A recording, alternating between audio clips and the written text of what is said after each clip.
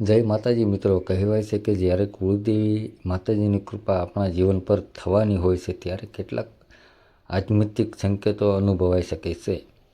આ સંકેતોને અંધશ્રદ્ધા તરીકે નહીં, પરંતુ પોતાની શ્રદ્ધા અને શક્તિ સાથે જોડાયેલા વ્યક્તિગત અનુભવ તરીકે જોવામાં આવે છે. જો તમારા ઘરમાં લાંબા સમયથી કોઈ કામ અટકેલું હોય અથવા વારંવાર મુશ્કેલીઓ આવતી હોય અને અચાનક કુળદેવીનું સ્મરણ થવા લાગે, માતાજીનું નામ વારંવાર મોઢા પર આવે અથવા મંદિરે જવાની અંદરથી ઈચ્છા થાય તો તેને માતાજી પ્રત્યેની તમારી શ્રદ્ધાનો સંકેત માની શકાય છે. ક્યારેક સપનામાં માતાજીનું મંદિર દેખાય, માતાજીની મૂર્તિ દેખાય, દીવો પ્રગટેલો દેખાય અથવા કોઈ ધાર્મિક સ્થળનું દર્શન થાય. આવા સપનો દરેક વ્યક્તિ માટે અલગ અથવા અર્થ ધરાવી શકે છે. તેથી તેઓ ચોક્કસ ભવિષ્યવાણી માનવાને બદલે ભક્તિ અને આત્મચિંતનનો પ્રસંગ માનવો. જો તમને વારંવાર કુળદેવીનું નામ યાદ આવે છે તો એક દિવસ શાંતિથી માતાજીના મંદિરે જાઓ, માતાજીના ચરણોમાં દીવો પ્રગટાવો, નમન કરો અને મનની વાત કહો.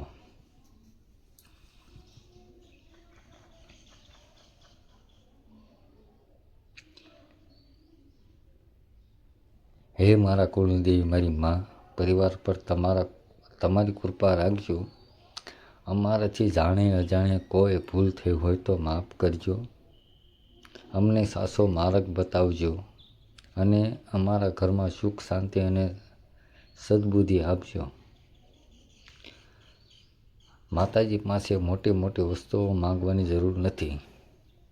સાચા મનથી પ્રાર્થના કરવી, સાચા કર્મ કરવા અને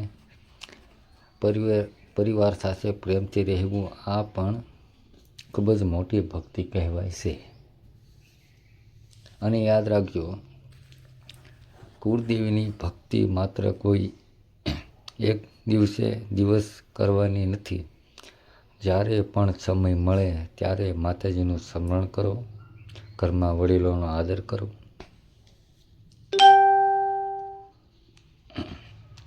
જરૂરિયાતમંદની મદદ કરો અને કોઈનું ખરાબ ન ઈચ્છો. કદાચ માતાજીનું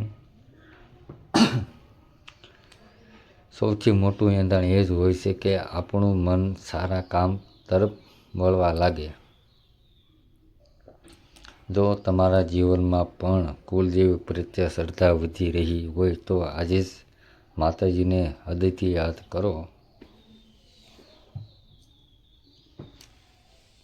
તો આજ માટે એટલું જ. જય કુળદેવી, જય માતાજી. મિત્રો, આપણી ચેનલમાં તમે નવા હોય તો આપણી ચેનલને લાઈક કરો, શેર કરો અને સબસ્ક્રાઈબ કરો. તો જય માતાજી, જય મેરડીમાં. ફરી કાલે